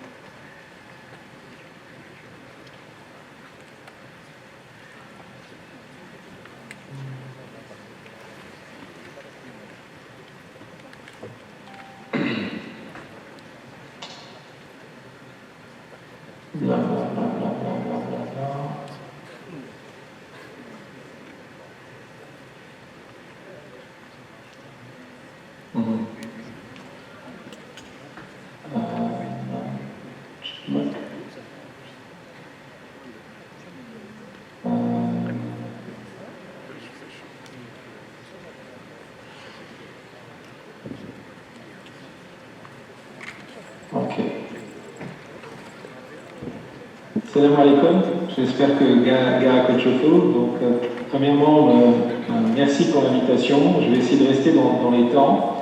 Je dois vous avouer que la première fois qu'on m'a invité sur l'économie de la connaissance, je ne savais pas exactement ce que c'était que l'économie de la connaissance. Donc, je tiens à remercier le professeur John Fact pour son introduction qui a été très claire sur ces aspects-là. Et donc, moi, je suis quelqu'un de plus un homme de terrain. Et donc j'ai beaucoup travaillé sur plutôt comment convertir typiquement des financements et de l'argent en connaissances. Et ça a été mon travail dans le monde académique. Et depuis presque une dizaine d'années, comment convertir principalement la connaissance en opportunités financières et technologiques en tant que patron de la R&D d'un groupe de recherche. Et donc j'ai eu l'occasion de travailler sur ce domaine-là, qui est une sous-partie de l'économie de la connaissance et qui est à mon avis très intéressant pour mieux comprendre un petit peu comment se joue un petit peu cette intersection entre le monde de la R&D, le monde académique et mes propos aujourd'hui sont principalement là pour illustrer un petit peu cette expérience-là, d'en tirer des conclusions et principalement également de contribuer aux ateliers qui auront lieu ces 2 jours. Et donc je me réjouis de pouvoir participer à ces ateliers et également regrette énormément pour être parmi vous en cette période assez compliquée de pandémie. Alors, mes propos vont être établis en 4 sections. Le premier, ce sera principalement le domaine de la recherche, qui est, à mon avis, le point de départ de toute cette foisonnement autour de la connaissance. Puis comment passe de cet aspect de recherche et développement, puisqu'une grosse partie, effectivement, c'est de pouvoir convertir de la connaissance en opportunités technologiques et principalement également en opportunités financières. On arrive à un équilibre, disons, d'écosystème, quand principalement on passe de l'argent et comment on convertit en connaissance, qui n'est pas quelque chose de facile. Je sais qu'il y a beaucoup de professeurs ici qui cherchent des financements et dont l'objectif est également de créer de la connaissance, puisque le monde universitaire a tendance, et un de ses objectifs est de faire cela. Et puis on arrive effectivement dans un monde industriel, dont l'objectif est principalement de convertir ça, et on a vu des structures qu'on appelle des structures agrégées qui le font. Donc je vais expliquer un petit peu ça. Ensuite, le domaine de l'ICT, qui correspond un petit peu à mon parcours, et qui est à mon avis également un est à l'origine de toute la digitalisation qu'on connaît aujourd'hui et ses croissances qu'on connaît, et également un coup d'œil sur le challenge de l'ICT dans les années à venir, en particulier vers 2030, et sur lequel l'Algérie peut s'appuyer sur au moins un certain nombre de segments. Alors, quelque chose d'intéressant, il y a une étude qui a été faite en 2009, elle a été refaite en 2014, encore en 2018, sur les classements des meilleurs métiers du monde. Il faut savoir qu'aujourd'hui, vous voyez ici dans les 5 premiers, ce sont des métiers principalement, j'appellerais, des métiers du pauvre, peut-être à part les biologistes, dans le sens où on n'a pas beaucoup besoin aujourd'hui de moyens pour faire ces métiers-là. Et donc c'est vrai qu'aujourd'hui, ces métiers-là aboutissent à toute la révolution qu'on connaît autour de l'intelligence artificielle, certains d'entre vous doivent la connaître, également dans tout ce qui concerne un petit peu les domaines télécom et les domaines ICT. Et ça prouve effectivement que l'Algérie aujourd'hui a une grosse opportunité de soutenir l'école mathématique algérienne, et en particulier l'excellence de cette école mathématique, et sur lequel aujourd'hui les talents en termes de mathématiciens sont arrachés dans le monde entier. Donc ça donne effectivement une bonne opportunité. Bien sûr, vous voyez à la fin du classement que le job qu'on appelle le worst job est bouché, et donc ça ne choquera personne. Mais toujours est-il que dans les 5 premiers, on voit bien les opportunités qu'on a de réorientation un petit peu de nos formations en Algérie, et en particulier vers des formations d'excellence sur lesquelles ce que j'appelle la science du pauvre peut jouer un rôle fondamental de plus-value de nos écoles. Et donc ce sera des réflexions qu'on aura dans les ateliers cet après-midi sur globalement où réorienter un petit peu nos formations pour en tirer le maximum quand on a effectivement des moyens qui sont assez limités en termes d'investissement. Alors au niveau de la science et la création de la connaissance, le chemin n'est pas linéaire. Et donc je sais qu'il y a beaucoup de mes collègues ici, professeurs, qui ont cette expérience-là, d'avoir effectivement un financement et sur lequel on va leur demander, en particulier les doctorants, de créer grosso modo de la valeur ou une certaine valeur en tout cas scientifique. Sur lequel, en général, à partir d'une idée, on va commencer à s'orienter vers un challenge, on va commencer à lire une certaine quantité de documentation, et ensuite en espérant qu'on va avoir une idée. Et on va créer de la connaissance.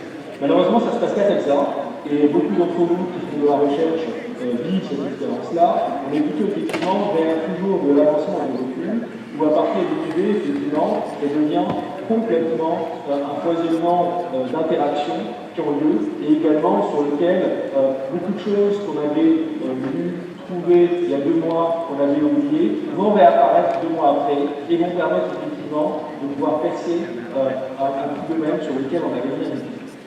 Alors, malheureusement, même si ça paraît comme ça, on a essayé quand même de l'industrialisation de la recherche, je l'appelle comme ça, en particulier avec ces formations de Torah qu'on a mis en place, d'essayer de trouver en fait des lignes directrices. Ces lignes directrices existent, mais toujours est-il qu'elles ne tournent pas sur uniquement un principe linéaire, comme je le disais tout à l'heure. Alors, je ne sais pas pourquoi ça saute. Voilà. Premièrement, en termes de recherche. Aujourd'hui, globalement, en termes de recherche, les études ont bien montré, on tourne autour de trois cadrans. On a ce qu'on appelle un cadran qui va plutôt considérer l'utilité de la recherche qu'on fait, et dans lequel on va chercher vraiment à comprendre. C'est ce que j'appelle le cadran d'Edison, et dans lequel, comme vous connaissez, Edison est à l'origine de toute la révolution de l'électricité, et on est plutôt vers ce qu'on appelle la recherche pédagogique. Ensuite, on a plutôt de la recherche qui va combiner une meilleure compréhension de ce qu'on fait, pour lequel on fait des investissements pour pouvoir pousser un peu les choses, et aujourd'hui on le voit avec les vaccins, et en particulier avec également un besoin et une utilisation, un use case qui est bien défini, et là on sera plutôt dans ce qu'on appelle le use inspired basic research. Et le troisième cadran, qui est plutôt du domaine de la monde académique assez souvent, c'est effectivement la recherche fondamentale où on ne va pas se soucier d'une application et dans lequel les retombées viendront beaucoup d'années plus tard en termes de travail. Et donc dans ce cycle d'innovation, ces 3 cadrans peuvent réapparaître. Et principalement, si on veut découper le type de recherche qui va créer de la connaissance, on peut passer effectivement à ce que j'appelle de l'engineering research avec de l'innovation très produit, très proche sur le cycle de 1-2 ans. Majoritairement, aujourd'hui, on est plutôt sur des industriels qui ont décidé de prendre ce chemin et principalement, le business est déjà assez bien clair.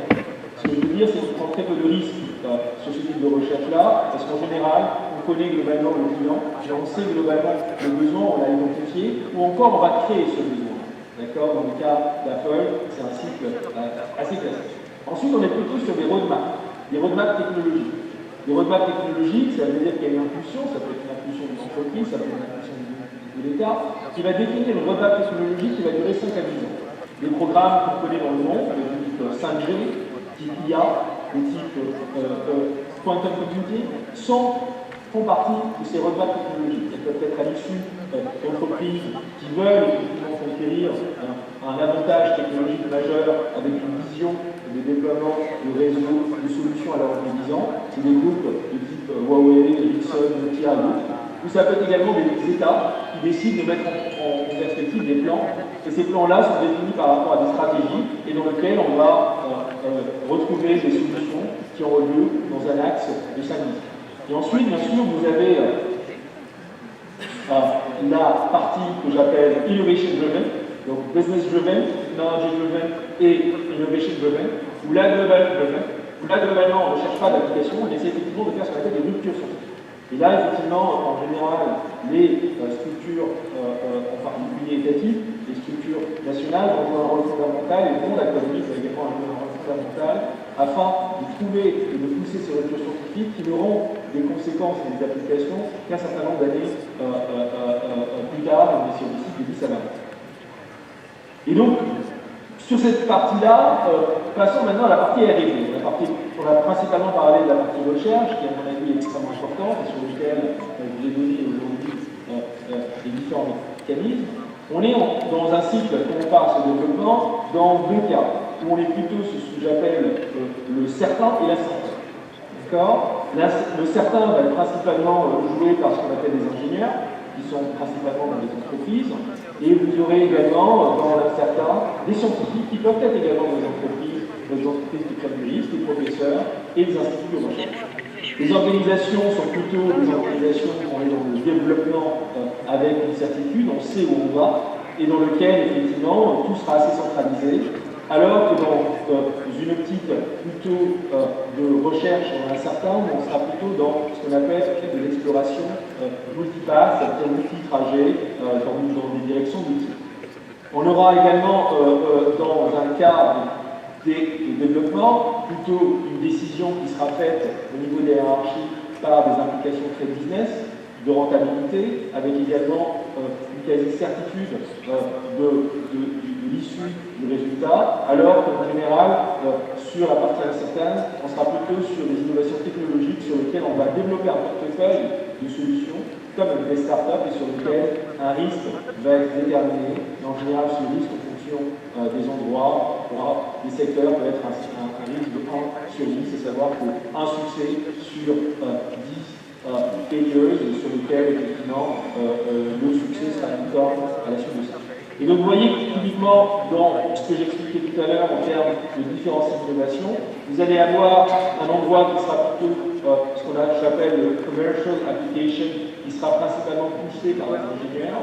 Puis on aura une partie qui sera plutôt autour de la partie préparation technique des résultats et sur lesquels on sait où on va.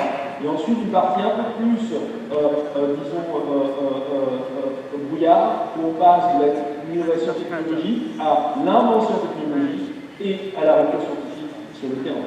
Alors aujourd'hui, ce qui est assez intéressant depuis quelques années, c'est que autant la partie rupture scientifique était principalement à l'aune de ce que faisait le milieu académique, on voit beaucoup plus de groupes industriels et beaucoup plus d'impulsion par des grosses structures de recherche qui ont pris cette partie de rupture scientifique. Et là, vous voyez globalement que si je parle aujourd'hui de l'innovation 1.0 qui a été à l'œuvre ces récentes années, dans lequel on est très lié aux clients, dans lequel l'innovation technologique est primordiale et dans lequel on va développer en général des solutions innovantes. Et là, vous avez ici une panoplie de ruptures qui est faite à travers l'innovation 1.0 qui vont de la 3G, la 4G, le cloud computing, tout ce qui est autour également de l'IA en termes de cloud computing à la 5G, à globalement de l'invention technologique et également ce que j'appelle l'évolution scientifique. Cet artisanat aujourd'hui est porté par un certain nombre de groupes industriels, c'est quelque chose également de nouveau dans l'économie de la connaissance d'aujourd'hui, qui va s'atteler à faire ce qu'on appelle une innovation 2.0, et dans lequel il y aura un lead, et ce lead-là est principalement pour également driver le marché. Driver le marché dans le sens que si un groupe arrive à prendre effectivement une avance sur ses concurrents, il peut également créer le marché qui sera derrière et donc créer également des opportunités financières. Et donc aujourd'hui, parmi les grands groupes du monde qu'on voit, on a beaucoup plus de gens, des groupes qui vont travailler sur tout ce qui va concerner les graphines, qui va travailler sur le quantum computing, qui n'est pas quelque chose sur lequel on aurait vu des groupes industriels faire. Quand je parle de groupes industriels, c'est des groupes industriels privés. Bien sûr, dans l'histoire, il y a eu, si je prends le cas des Bell Labs aux États-Unis, des structures très portées par l'État, qui cordent bien avec l'État qui faisait ça. Mais aujourd'hui, on voit vraiment des groupes complètement privés qui vont également porter ça pour avoir un impact assez majeur sur le secteur en question. Les organisations de R&D ont également changé leur façon de voir. Je m'explique, les structures de grands groupes en particulier ont mis en place également des structures complètement dédiées à la recherche et complètement dédiées au développement. Donc typiquement, vous aurez effectivement une structure avec une arme de recherche d'un grand groupe qui va loger principalement ces scientifiques. Les scientifiques vont travailler globalement sur déterminer des options technologiques. Elles vont être en contact permanent avec aujourd'hui des milieux académiques, dans lesquels également les scientifiques de ces grands groupes vont aller faire participer à des conférences, vont également évangéliser de ce niveau les différents académiques et vont également travailler dans le recrutement pour essayer globalement de participer et s'inspirer de l'ensemble des résultats qui sont portés par l'académie. Ces inspirations ne sont pas uniquement par le fait qu'on va assister à des conférences, mais également mettre en place des contrats de collaboration. Et donc aujourd'hui, il n'y a jamais eu, à mon sens, autant de R&D, en tout cas R&D sponsorisé dans le milieu académique par les groupes industriels, avec des financements assez conséquents. Ces financements jouent un rôle assez large en termes de moyens, mais également de manière de faire.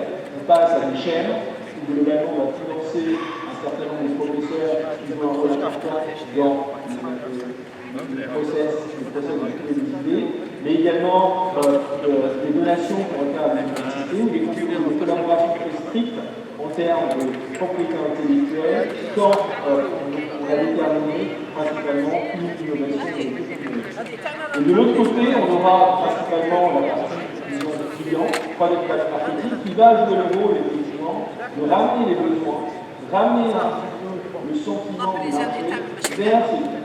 La grosse difficulté pour tout groupe en général, et même dans ce cas, est de rallier en fait ce que j'appelle la théorie à la réalité.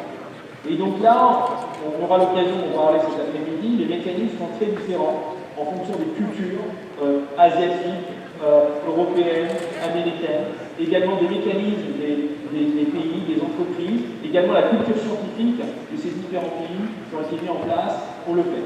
On appelle ça du transfert technologique pour globalement pouvoir transférer ça en termes de produits. Et donc, en fonction des entreprises, vous aurez à la fois des scientifiques qui vont eux-mêmes porter globalement l'innovation qu'ils auront faite dans les labos et porter jusqu'à le résultat à la fin. Tout comme vous aurez dans des gros groupes une certaine segmentation de passage global du scientifique qui va pousser son idée et d'autres vont se l'approprier et ainsi de suite pour porter jusqu'au bout. Et donc en fonction de la qualité des scientifiques, des ingénieurs, des ingénieurs produits et également du staff marketing, on aura différents process pour pouvoir s'accorder à transférer ces innovations qui ont été faites à l'équipe. Le rôle, bien sûr, des brevets est primordial. Aujourd'hui, vous voyez, et on le voit globalement dans la géopolitique qui s'installe, l'importance des brevets, l'importance effectivement de l'avance technologique que les entreprises, voire les États. Aujourd'hui, bien sûr, on voit sur la vers l'Asie qui a lieu dans les différents domaines d'importance pour les années à venir. Là, l'intelligence artificielle, l'informatique quantique, la médecine générative, les véhicules autonomes, la blockchain, la cybersécurité, la réalité virtuelle, les batteries lithium-ion, les drones et les polymères conducteurs. Ces secteurs-là vont avoir bien sûr un impact extrêmement important dans les développements dans les 10 prochaines années. Et là, on voit effectivement un placement d'un certain type de pays qui globalement polarise aujourd'hui le monde en termes de l'innovation technologique. Il faut savoir que les brevets n'ont pas que la vocation, et je sais de quoi je parle étant patron de la R&D dans un groupe, n'ont pas que vocation à protéger des idées. Elles ont également la vocation d'augmenter le portefeuille d'un grand groupe en termes d'attaque. En termes d'attaque, je l'explique, quand le jour où un grand groupe doit se défendre vis-à-vis d'un procès lié à une technologie qu'un concurrent voudrait pousser, le fait d'avoir un portefeuille de brevets assez important, on parle de kilos brevets dans les domaines technologiques, joue un rôle important. Ça va diminuer la probabilité qu'un autre concurrent puisse vous attaquer. Et donc, les brevets sont des brevets souvent bloquants. Il y a très peu de brevets, il faut savoir, qui ont vraiment vocation aujourd'hui à pousser une technique très loin. La majorité sont des brevets bloquants, dans le sens où ça permet d'éviter à ce qu'un concurrent puisse produire quelque chose et l'enlever sur la vente technologique, mais également des brevets pour se protéger. Et donc on aura beaucoup plus de brevets de ce type-là. Et bien sûr, il y aura des brevets d'innovation qui vont créer des ruptures technologiques, mais comme vous le savez en termes de recherche, et cela est le cas de tous ceux qui se sont mis à faire de la recherche après leurs études, la probabilité d'avoir effectivement ce qu'on appelle un breakthrough patent ou un high value patent est assez limitée. Donc ça, je pense, c'est extrêmement important aussi de comprendre pour l'Algérie en particulier, quand on voit les rankings de brevets en Algérie, il faut savoir qu'au-delà de la qualité et l'exceptionnalité du brevet, il y a aussi une valeur à investir, à créer un portefeuille de brevets dans un certain type de domaine qui permet effectivement de pouvoir se protéger lors de différentes transactions qui peuvent avoir lieu avec d'autres pays, d'autres concurrents. Également, un changement de paradigme dans cette économie de la connaissance, c'est les montants investis aujourd'hui par les groupes. On parle aujourd'hui, vous voyez là les classements, si je prends le top des conventions, on est autour de 20 milliards à 30 milliards de dollars par an. Ce qui pose également beaucoup de questions aux des États qui ont sensiblement des budgets nationaux de cet ordre-là. Et donc effectivement, il y a également eu un gros changement ces dernières années où la part d'investissement en termes de R&D des groupes est devenu équivalent globalement à ce que des grandes structures nationales et des grands ministères peuvent investir en R&D. Bien sûr, ces investissements-là sont très liés au succès que ces entreprises font. Et donc on a également ce beau changement aujourd'hui de la marge de la valeur de la R&D dans ces domaines.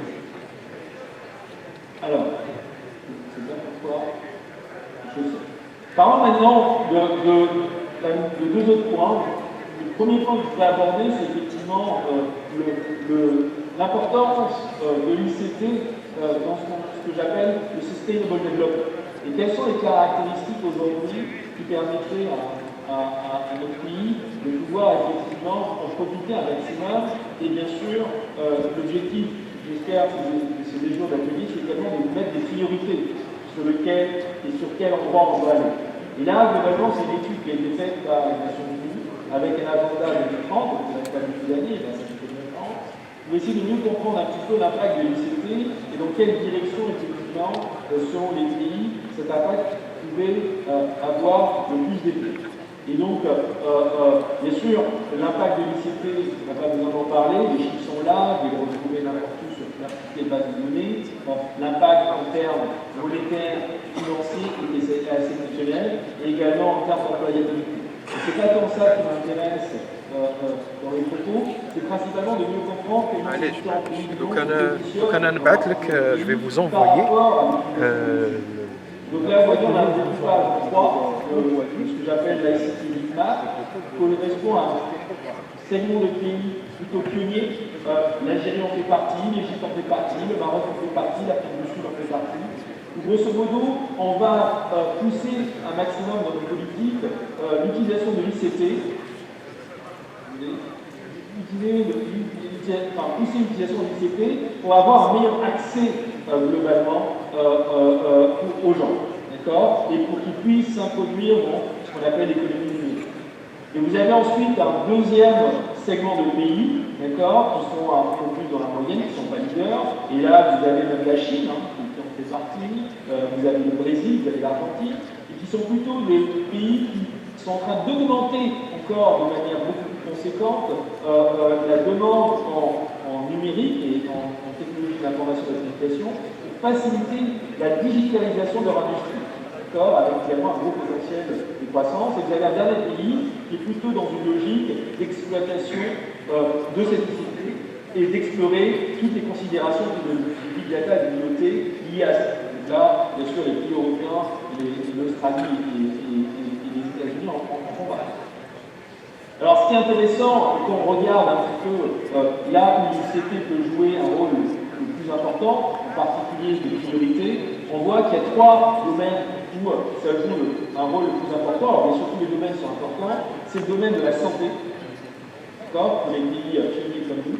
Le deuxième domaine qui est extrêmement important, c'est tout ce qui est l'éducation, en particulier l'éducation pointillée avec la taille de l'Algérie, et ensuite tout ce qui concerne l'infrastructure et l'industrie. C'est les trois secteurs qui jouent un rôle important, et en particulier pour les pays comme nous, ce qui est intéressant, c'est qu'une petite amélioration de l'infrastructure digitale, pas tant que ça, juste une petite amélioration, si vous regardez un petit peu les données, peut apporter une amélioration extrêmement rapide pour les pays pionniers comme nous dans ces domaines-là. Et donc l'effet est assez immédiat parce qu'on part déjà assez de bas. Et là, je vous donne encore de manière plus précise. Je ne vais pas donner tous les domaines qui sont intéressants, mais j'ai donné les trois domaines qui apparaissaient. Il reste encore l'éducation, la santé et tout ce qui concerne les processus innovants, et pour lequel les gains vont être extrêmement rapides. Et l'Algérie fait partie de ces pays-là pour lesquels il y a aujourd'hui une possibilité de mettre une plus grande priorité sur l'impact de l'ICT en focalisant un petit peu, pour lequel on peut avoir un payoff assez grand et rapide en ce qui me concerne.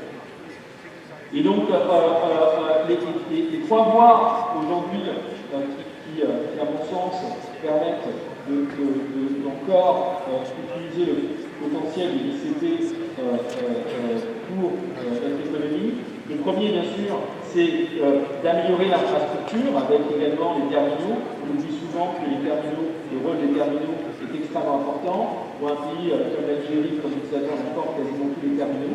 Et les terminaux sont, disons, à la base de tout ce qu'il faut, même si on construit l'infrastructure. Le deuxième, c'est la connectivité, et permettre effectivement de mieux connecter les organisations et les gens. Et ensuite, le dernier, c'est l'utilisation de l'ICT pour améliorer la productivité et l'efficacité de l'utilisation des ressources actuelles qu'on a. Alors, je terminerai également sur cet aspect-là par trois catégories. Le premier, c'est quels sont ce que j'appelle les key enablers, qui permettent effectivement d'avancer. Et là, je vais vous expliquer, c'est l'accès à l'information, la connectivité entre les gens et les organisations, la productivité. Ensuite, l'infrastructure critique qui est nécessaire pour mettre en place, c'est effectivement améliorer le broadband, donc la capacité de ces réseaux qu'on a mis en place. Aujourd'hui, comme vous le savez, on a un passage qui se fait au niveau mondial vers la 5G, sur lequel les réflexions doivent avoir lieu au niveau de l'Algérie sur la pertinence de ce passage-là. Les data centers, le cloud, l'IoT et également les possibilités d'utilisation des big data avec des sous-domaines que j'ai mis là qui correspondent à des secteurs extrêmement importants pour nous, qui vont de la télémédecine à également l'accès Internet pour les régions éloignées, pour également l'enseignement, la partie e-government, également tout ce qui concerne également la capacité de d'IoT, de connectivité avec l'ensemble de la partie utilities et waste management. L'eau fait partie pour l'Algérie. Également ensuite, toute la partie que j'ai mis à droite, la deuxième colonne, également les plateformes qu'on peut développer également en termes d'éducation et également les réseaux de distribution et de manufacture. Je terminerai maintenant par le dernier point pour tenir dans les temps, c'est les domaines que je dirais extrêmement importants qui vont avoir un big impact et sur lequel la formation, ce sera l'objectif de l'atelier dans lequel je vais participer cet après-midi. On doit réfléchir à comment réorienter nos formations ou d'une certaine façon à mieux cibler nos formations en termes de qualité, en termes également de formation et également en termes de quantité.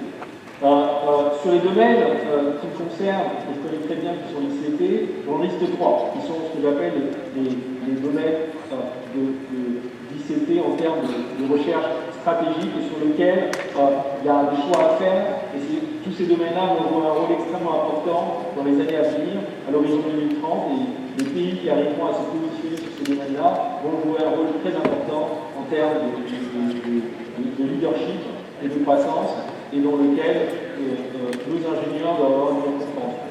La première, bien sûr, c'est la partie terminale. Une des grosses révolutions qui a permis d'avancer très rapidement ces dernières années, c'est l'invention du smartphone, ce qu'on appelle le téléphone intelligent.